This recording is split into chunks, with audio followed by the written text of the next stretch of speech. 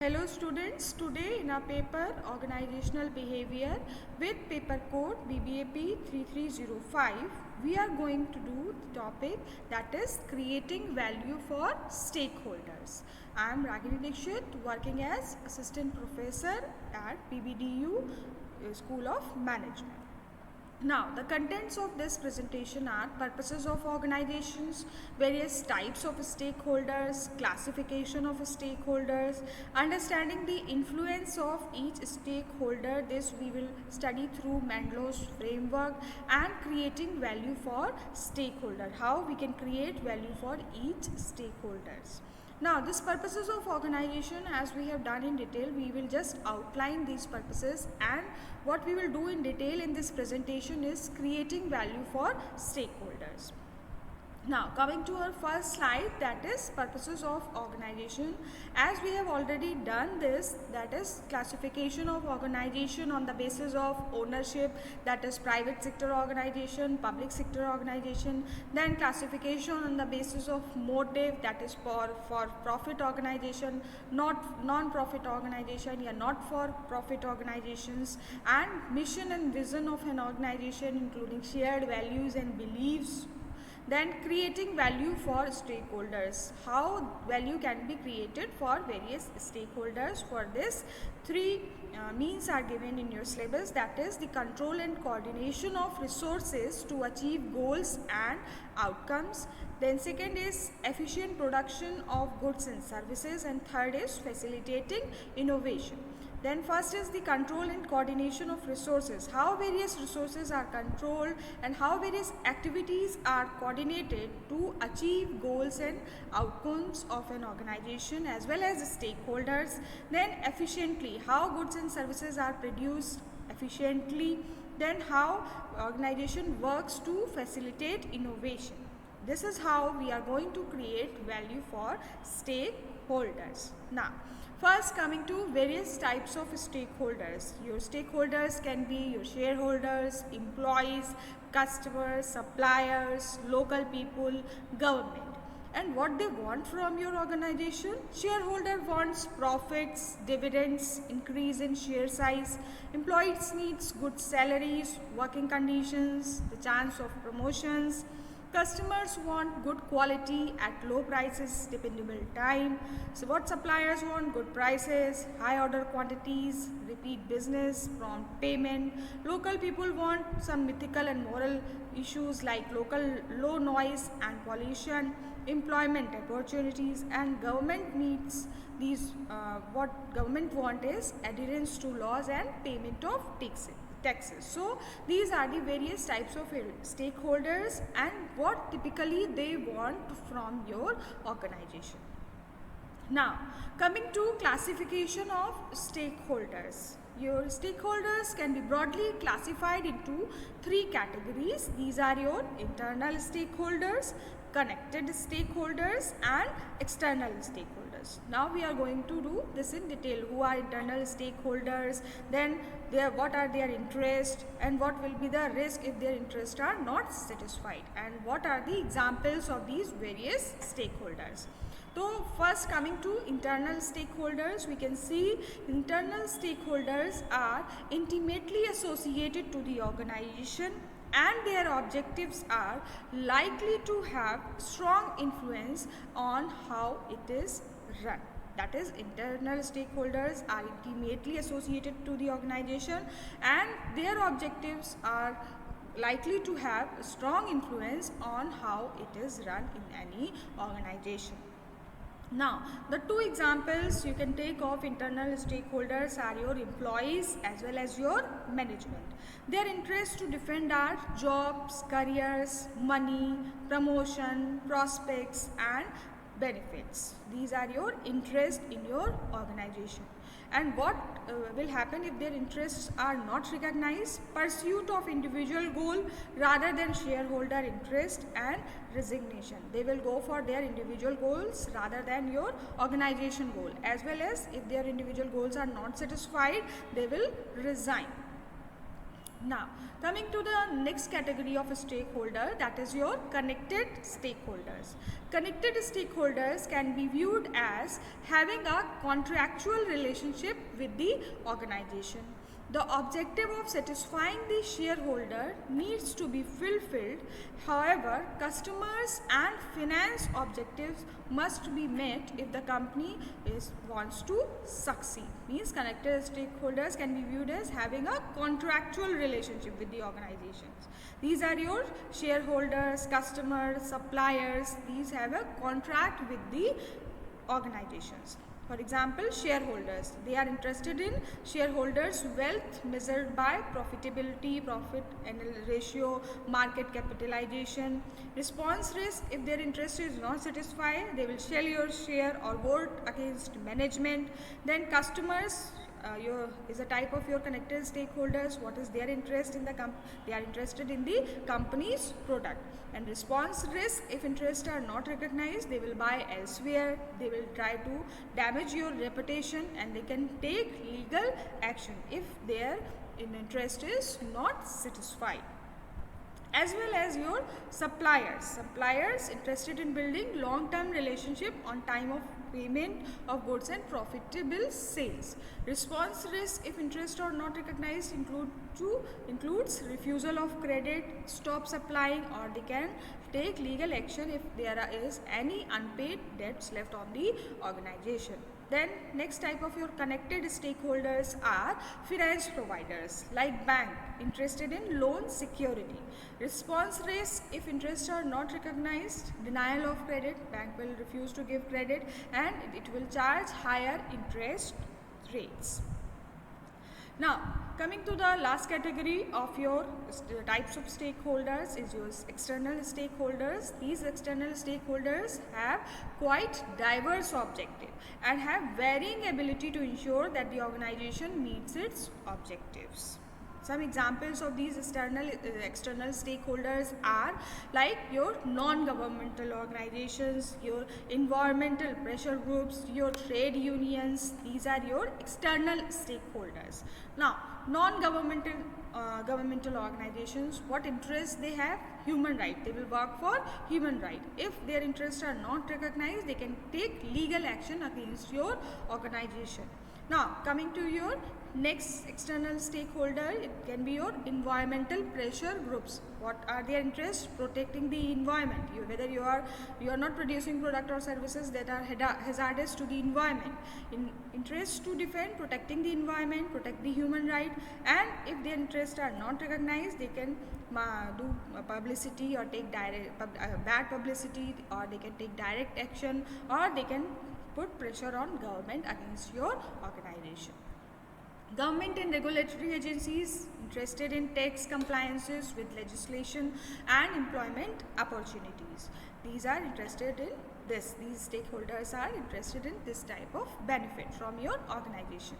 Now, what if their interest is not recognized? They will increase the tax, they will put regulation, legal action and tariffs. Now, coming to next type of your external stakeholders, these are your trade unions interested in protecting their members. Response risk, if interests are not recognized, they can take legal or direct action for that particular member who is working in your organization. So these are the various types of stakeholders. Internal stakeholder, they are intimately associated. Connected stakeholders, they are contractual stakeholders. And last is your external stakeholders. These external stakeholders have diverse objective, but they have ability to ensure that the organization meets its objectives. Now, understanding the influence of each stakeholder, that is how a stakeholder is going to influence your organization, or how valuable a particular stakeholder is for any organization. Now, this we can study with the help of Mendelow's framework. For this, we need to know how much power and interest any stakeholder has in our organization. For coming to the presentation slide, that is, we need to know more about such person, especially in terms of their power and interest in the organization. There are a number of ways stakeholders can be mapped, and a good example is the Mendelow's matrix, or you can call it framework, which looks at stakeholders in terms of power and interest. This framework is used to understand the influence that each stakeholder has over an organization's strategy. That is, through power and interest, what influence a stakeholder has over an organization's strategy. The idea is to establish which stakeholder have the most influence by estimating each stakeholder's individual power over an interest in the organization's affairs. Now, the stakeholder with the highest combination of power and interest are likely to be those with the most actual influence over objectives. The stakeholders with high power and high interest will have high influence on the objective of the organization. So, the organization must try to satisfy such type of stakeholders. Now, coming to the Mendelow's framework, let us first define what do we mean by power and interest. That is, power is the stakeholder's ability to influence objectives. That is the power. Power is the stakeholder's ability to influence objectives of any organization. Now, the ability of individuals or groups to persuade, induce or coerce others into following certain course of action. That is, you can persuade, they can induce, or they can coerce or threaten for any organization for taking certain course of action. Now, in case of stakeholder, this means their ability to influence the organization, or looking at it from purchasing and supplies point of view, their ability to influence procurement activities. How these stakeholders are going to influence the procurement activities. For example, customer is your stakeholders. Now, how customer can show you his power? That is, customer could stop buying our products. Then supplier can show the power. Supplier could stop to supplying, although the question of the effect would depend on how big the supplier are. Then government policies could affect our business, etc. So they can use these types of stakeholders can use their power to influence our objective. Now, coming to the next dimension, that is interest of the Mendelow's framework. That is interest. Interest is how much the stakeholder cares about your organization or about his benefit. Interest, looking at it from Mendelow's matrix, means the likelihood that stakeholder will use the power. Basically, the strength of their motivation to do so. That is how much motivated they are to use their power. Now, so based on the strength of their interest in a given issue or decision, influence is equal to power into interest. That is how much they take interest in motivating or using their power is equal to their influence. However, it is very hard to effectively measure each stakeholder's power and interest, and also this map is not static. That is, changing events can mean that stakeholders can move around the map. That is, stakeholders from having low power, low interest, it can move to high power and high interest. Now, we can clear a point through this Mendelow's framework diagram or image. That is, in x-axis we have taken level of interest, and in y-axis, we have taken power. Now, power can be high and low, and level of interest can be your low and high. Now, in the middle, these are the management strategies which we are going to use against each type of stakeholders. That is, the stakeholders with low power and low level of interest, it requires minimal effort from the management. Similarly, the stakeholders with low power and high level of interest management requires him to keep informed. Then stakeholders with high power and level of interest low, we have to keep him satisfied. Then stakeholders with high power and high level of interest, these are the key players, and they are going to influence our objectives. So these are the various, there can be 4 types of or 4 categories of stakeholders, and these are your management strategies which we are going to use to satisfy these stakeholders, or how we are going to create value for these stakeholders, how we are going to make them valuable.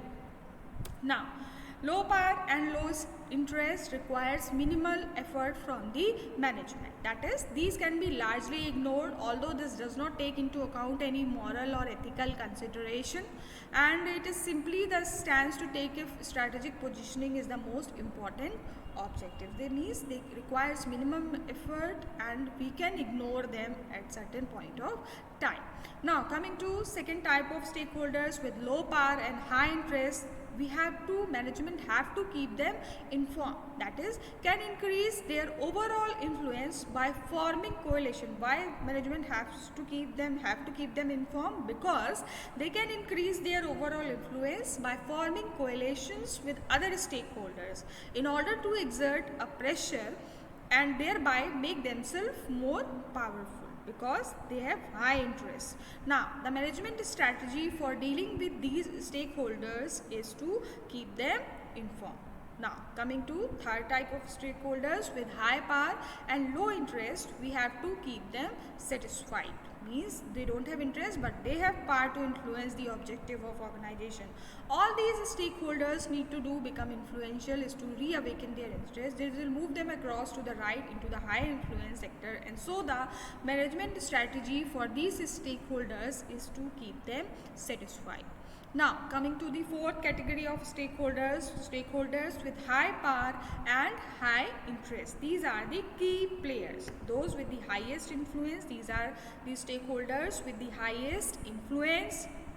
The question here is, how many competing stakeholders reside in that quadrant of the map of any organization? If there is only one, for example management, then there is unlikely to be any conflict in a given decision making situation. If there are several stakeholders in that quadrant of the map, then they disagree on the way forward. There are likely to be difficulties in decision making and strategic directions. So it is very difficult to keep them satisfied. Now coming to our next topic, that is creating value for stakeholders. Anyone or any entity that is affected by the organization or who has an interest in it is our stakeholders. Whatever a stakeholder perceives as value, it is necessary for the organization to control and coordinate resources to achieve goals and outcomes, efficiently produce goods and services, and facilitate innovation, as so nothing is in this environment is standstill, and it means continual improvement. Now value for stakeholders can be created through these ways as we have read out earlier, that is control and coordination of resources to achieve goals and outcomes, then efficient production of goods and services, and third is your facilitating innovation. Now first point, how we are going to create value for stakeholders is through control and coordination of resources to achieve goals and outcomes. Now first understand what do we mean by controls. Controls are activities undertaken within an organization that will increase the chance of an organization achieving its objectives. These are the activities which are taken within an organization and that will increase the chance of an organization achieving its objective. Control means controlling the external environment and having the ability to attract customers and resources. They monitor whether the organization is able to achieve its goal. These control activities, they are going to monitor whether the organization is able to achieve its goals, and if not, they can take the corrective action. Now, typical controls, how these control activities work. They can provide supervision of controlling of staff can be done, controlling of planning processes can be done, controlling of targets can be done, and as well as the controlling of culture which is prevalent in the organization, that can be controlled. So these activities can be controlled through for creating value for the stakeholders. This we mean by control. Now coming to coordination. Coordination means bringing together all the activities of an organization, that is, integrating all the activities.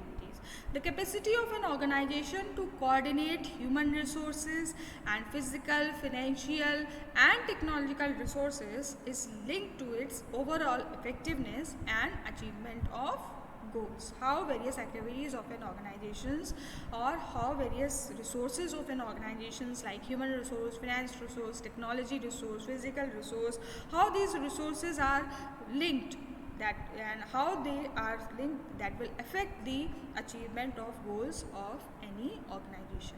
Now, stakeholders and especially shareholders have certain criteria by which they judge how well a company is controlling and coordinating its environment, such as entrepreneurial nature, its reputation, and organization's aggressiveness. These are the measures of controlling and coordination activities of any organization.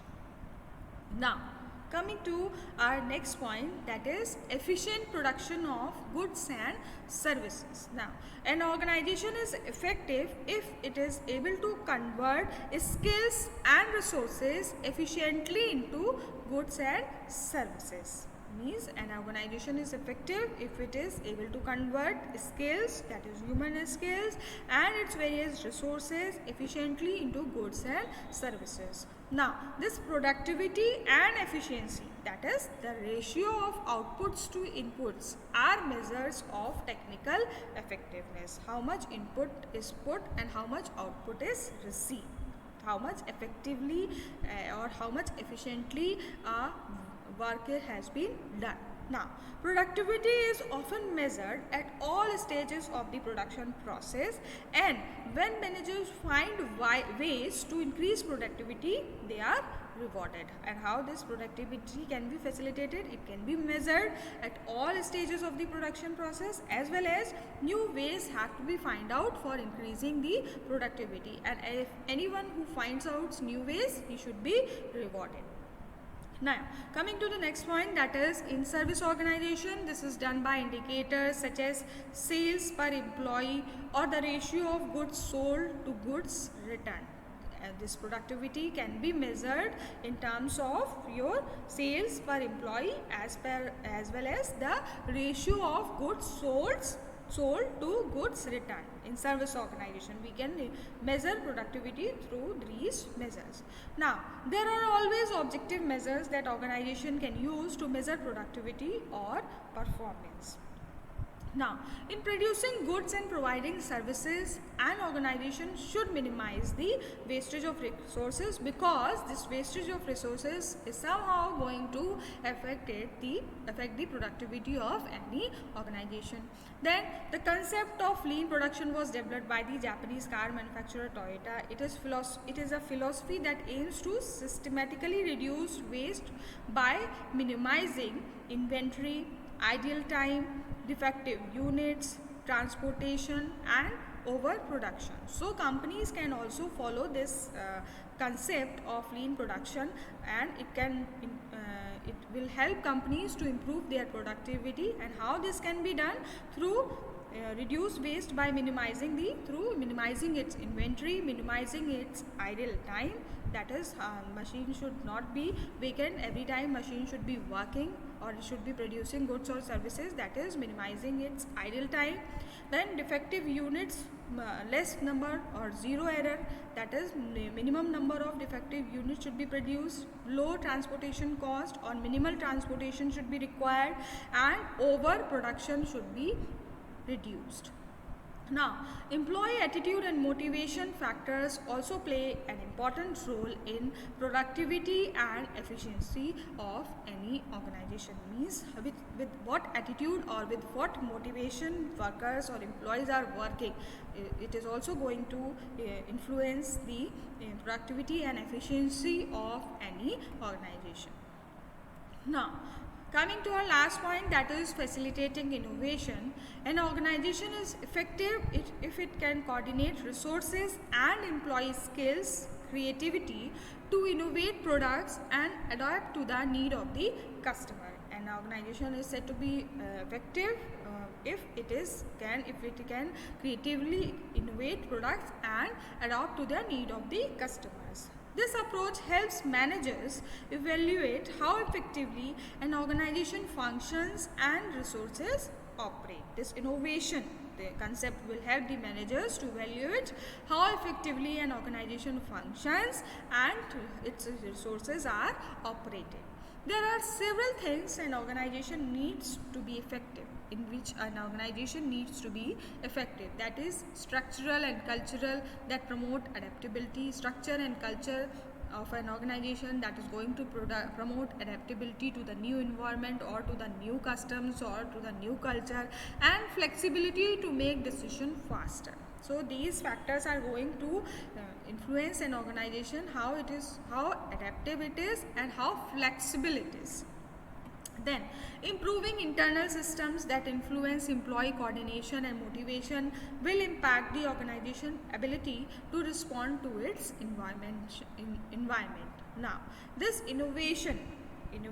if a particular company or a particular organization adapt to the innovation, and this innovation can be used to reduce cost and provide a basis for differentiation. Means this innovation activity can be used to reduce cost with whatever cost the goods or services are produced by the organization. With innovation or with the use of new technology or with the use of new raw material, this innovation can help us to reduce the cost of goods or services that are produced by any organization. Second, this innovation can help us to provide a basis for differentiation. We will be able to produce goods or services that are different from our competitors. That is, it can provide a basis for differentiation.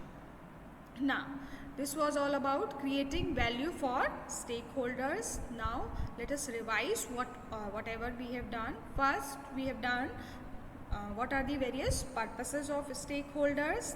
What are the various purposes? Means purposes of organization. What are the purposes? It can be ownership, that is organization can be formed for the purpose of ownership, that is private sector, public sector. Motive, that is organization can be formed for profit or non-profit motive. Then mission, vision, and last is your creating value for stakeholders. Now, coming to your stakeholders can be your shareholders, employees, customers, suppliers, whoever is interested in your organization, who takes interest in your organization is your stakeholders. Now, these stakeholders can be your shareholders, employees, customers, suppliers, local people, and government in general.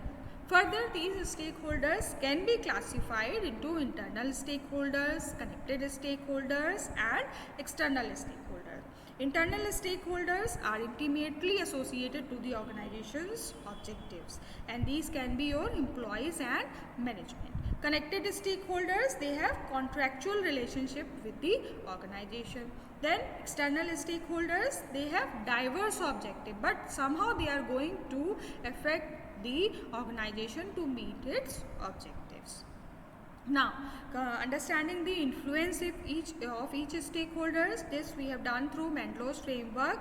In this, we have learned what do we mean by power, that is ability of individuals or the ability of our stakeholders to persuade, induce, or coerce others into following certain course of action. Then how much interest or how much motivated they are to take interest in our organization, how much power they have. This power and interest is going to form their influence, how much influence they have on our organization. This we can study from this framework, that is low power and low level of interest, then low power and high level of interest, then high power and low level of interest, and high power and high level of interest, and what management strategies we can use to satisfy these types of stakeholders. Low power and low interest, we require minimal effort to satisfy such stakeholders. Then low power, high interest, we need to keep them informed, these type of stakeholders. Then high power, low interest, we have to somehow satisfy them. High power and high interest, these are the key players and they can affect the objective of any organization. Now, last is was your creating value for stakeholders. How value can be created? There are a number of ways, including control and coordination of resources to achieve goals and outcomes, efficient production of goods and services, and facilitating innovation. Now, control and coordination. Control means controlling the external environment and having the ability to attract customers and resources. Control of staff, control of planning processes, targets, cultures. Then coordination means bringing all the activities of together, all the activities of an organizations. Then efficient production of goods and services means service industries as well as goods industry should work effectively to produce goods and services with maximum efficiency and productivity. And they can also follow the concept of lean production as was given by the car manufacturer Toyota, and it is based on reducing the waste by inventory, waiting time, defective units, transportation, overproduction, as well as employee with the right attitude and right motivation can also influence productivity and efficiency of any organization. And in this way we can improve the value, or we can create the value of stakeholders in our organization. Now, last is your facilitating innovation. That is how an organization can adapt to various changes going on in the environment. That is how flexible it is, how it is going to promote adaptability, and how flexible it is in taking decision making. Then how motivated and coordinated its employees are. Then if adapts to innovation, then how this innovation can be used to reduce cost of the product and services produced by that organization, as well as this innovation activity, this innovation philosophy can help the organization to provide a basis for differentiation for that particular organization. So this is how we are going to create value for stakeholders. Thank you, class. I hope this is clear to all of you.